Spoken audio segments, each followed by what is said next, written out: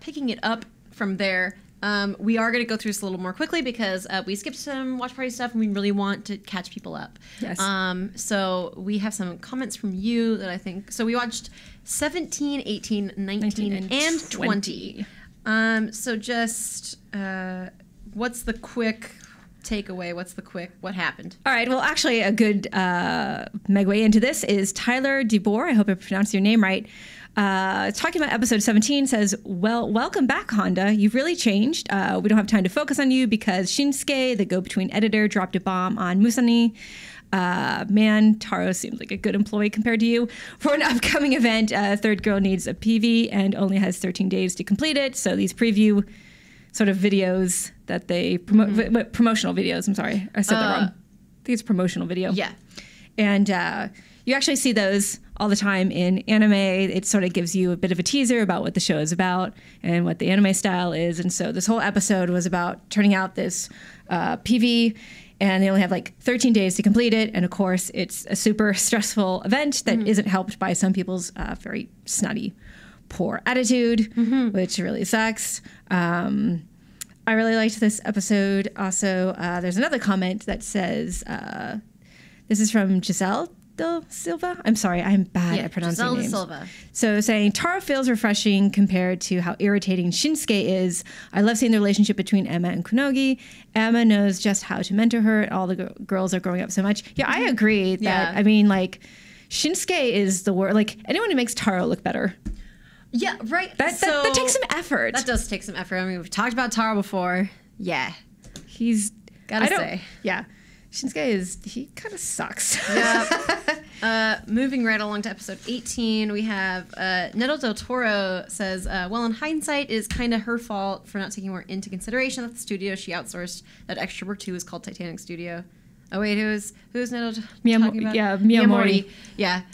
Oh, it's been a long week. Hindenburg Animation next. They should solve all her problems. Those classic transportation tragedies. But... yeah, that is it was Neto always comes up with the good jokes. Yes, he does, and it was kind of weird that they're like trying to outsource extra work, which immediately I was like, ooh, that's always risky. Like as soon as they started, she started talking about it. I was like, oh no, don't, because it makes things a little harder to control. Also, we have another comment from Tyler who says, here we take a look. We look over at the voice acting side of Third Girls. Arya's voice actor Suzuki, which is actually based off of Miyamori's real VA Juri Kimura. I did not know that. I didn't know that. That's really cool. Goes through struggles trying to nail the emotion of her character. The voice director has a conversation with her, showing her to act like she's having a real conversation in real life. This is actually what they do for voice acting stuff. They tell you all the time to actually who you're talking to, why you're talking about it. Yeah. Where are you, et cetera, et cetera. Miyamori gets to Okura, another animator of old, who believes he's past his date. While he drunkenly commits to helping, the next day he tells them he's bowing out. Luckily, Okura comes through and agrees to work for them. Yeah, that was an interesting scene where he's kind of blabbing away at the bar, and then the next day I was like, I knew that was kind of going to happen. Yeah, it's just like getting all the animations back in there wrong, and like having it just go that poorly. Yeah. I'm like, oh no. Yeah, honey, it's like I'm every sorry. time you think things are going to go right, I'm just waiting for some weird hitch to happen. And it does, and that kind of sucks. So, yeah. That's kind of, I mean, that's what keeps the show, I mean, that's what keeps the tone consistent. Not the tone, but, you know, again, in past watch parties, it feels like it's been years since we've done one of these. But I've talked about how the show just is so tense because it's real. Like, I mean, we're talking about Berserk earlier in this episode of Anime Club, and how, like, when you're describing Berserk to me, it's like, okay, this is just like an avalanche of like terrible things. Versus Shirobako is like more like that could happen to me at my job. Like something could just kind of spiral out of control, and I'm just kind of like, oh god. And rather than it being like catastrophic, like the world's ending, it's just like, yeah, this went so wrong. What happened? And I feel it's hard to describe the feeling of, it's like Schadenfreude or something, like that feeling of I relate to your pain, but also I'm in pain that you're in pain, like that cringe feeling. Yeah, it's funny you brought berserk into the conversation because in 1997 anime, they did actually run out of budget. And so they couldn't even do the last episode. And that's something that Shirobako has actually addressed is budget issues and time issues and things like that, that even on major shows or popular shows, this can happen. And so you're never sure if, Third Girls is going to happen, even though they're like, it's got to happen. It's got to, the show can't end on a sad note, but it could surprise me because it has happened in real life, and they're addressing a lot of the things that happen in the anime industry. Yeah, I mean, this is based on real life. I mean, like, we didn't even know that Suzuki's based off of Miyamori's voice actress. Like,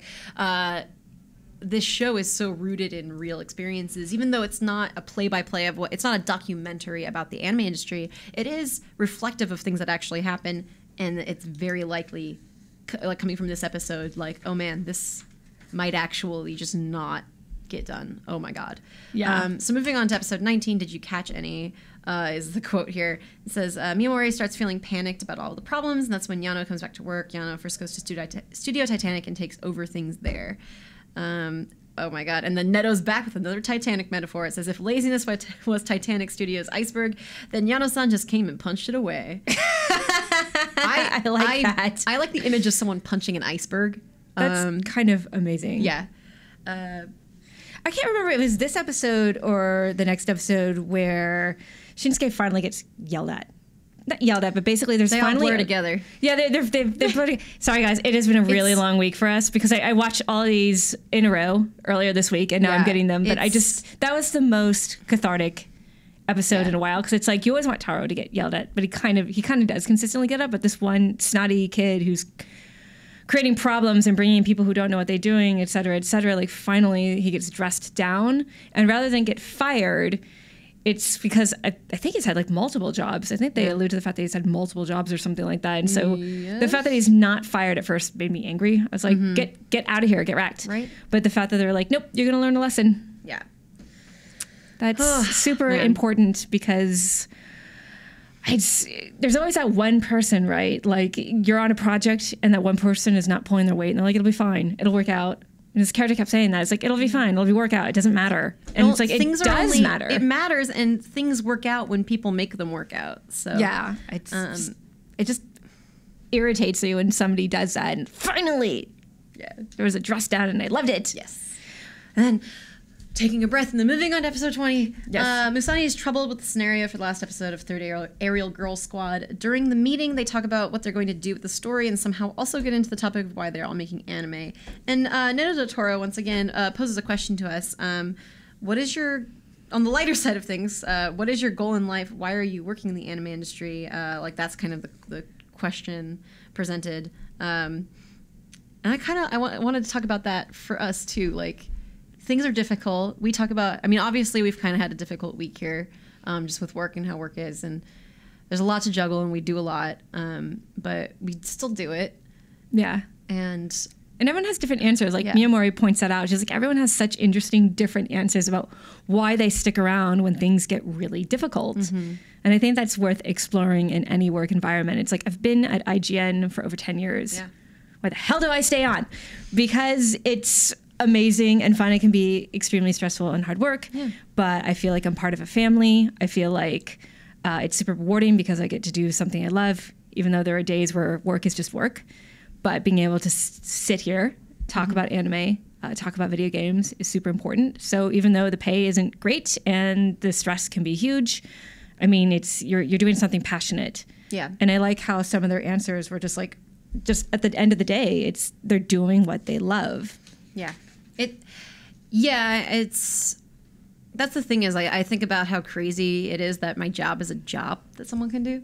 And so even though, like, I mean, it's not all like, yay video games, yay anime all the time. I mean, sometimes there's just like normal work things, normal paperworky type things that you would do in a totally different office. But then I go back to like, well, I'm really passionate about this. I really like digging deep into pop culture and into a piece of art or a piece of entertainment, and like figuring out what's important about it or why I like it, and learning about myself and learning about other people. And that's kind of how I take this analysis that we do every week here, and why I love doing Anime Club. And so I just related to them a lot in this episode, where it's just like, it's hard, but this is what I want. I want to do this. I like that the show had a moment of self-reflection. Yeah. Because I think there is a bit of a message to actually people within the industry of like, sometimes this job can really suck, but you must be sticking around for a reason. It's because they all have something they feel like they can contribute at the end of the day. It's actually, it's nice that they did that. At first I was like, boring. And then I was like, no, wait, this is actually a really cool conversation they're having. I mean, it's kind of what the show... I mean, it's so appropriate for the... Umaro took a fall. Oh, no. Umaro, no. It's kind of what the... oh, my gosh. Well, that's her natural state. Go home, you're drunk. She's lying down on her face. It's fine. I totally lost track. I had something poignant to say, maybe. It's just... it makes sense for the show, is what I'm trying to say, is the show is really... it's driven by character and by conflict, but not the kind of conflict you always see. Except with Shinsuke, who finally got his just desserts, because it sucks. Sorry. So, I've always been a big proponent of Taro. I feel like he needs to be there, but this character, not so much. Yeah. Just go away. So yeah, that wraps up our extremely fast-paced crash course through 17, 18, 19, and 20 of Shirobako. We'll be back again next week with 21 and 22. Yes, we can actually get into more detail. We'll actually, have more to say, and I probably will think of more things to say about some of these episodes, just to recap some of them. But thank you for sticking with us with the watch party. Miranda posted... she took photos at Anime Expo. There was a cool Shirobako display there with like this animator's desk and different frames from the show. So check that out. It's on the Facebook group, which is facebook.com/groups/IGN Anime Club, the official group.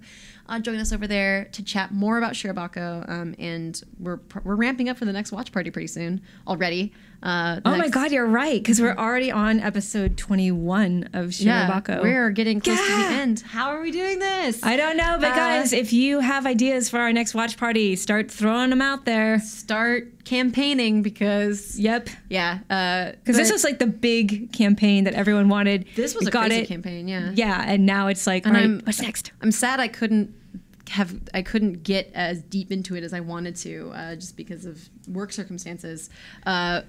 But it's been really, really fun. And I like Watch Party because it's sort of like a book club thing. Like, we don't always have to say poignant things every time. Sometimes it's just like, I like this character, the way you would at a book club. So yeah, I feel bad because it's like I really want to get into detail about a couple of these, but we are just crushed for time right now, which is why we're just speeding through it. So apologies. That's why we like reading what you guys have to say. It actually helps us kind of come up with conversation topics. So thank you so much for contributing. You can also email any questions, comments, concerns, watch party discussions to IGN_Anime Club at IGN.com. That's our email address. I have a cool pink folder, like my label in Gmail is pink, and it's like Anime Club, and because it matches our logo. Oh, wow. I need to do that. I sort all your emails in there, and if I don't have time to read them, I go back and I read them. So that's really smart. Yeah, so send us some comments. We want to hear from you. What you want to see from anime coverage, and and you can also tweet at us because we sometimes get recommendations. I was talking about I got Sweetness and Lightning recommendations from a bunch of people, and that really helped. So if you have recommendations, comments, questions, hit us up on Twitter as well. I am Megan, MEGHAN_IGN. Callie. I am Inky Dojiko, INKYDOJIKKO. Dear Miranda. God, you broke her arm. Oh my God, I killed Umaro. If you're not watching the video, which you should be, Umaro's arm fell off. Megan just broke Umaro. But anyway, Miranda is at Havoc Rose. Havoc is with a K.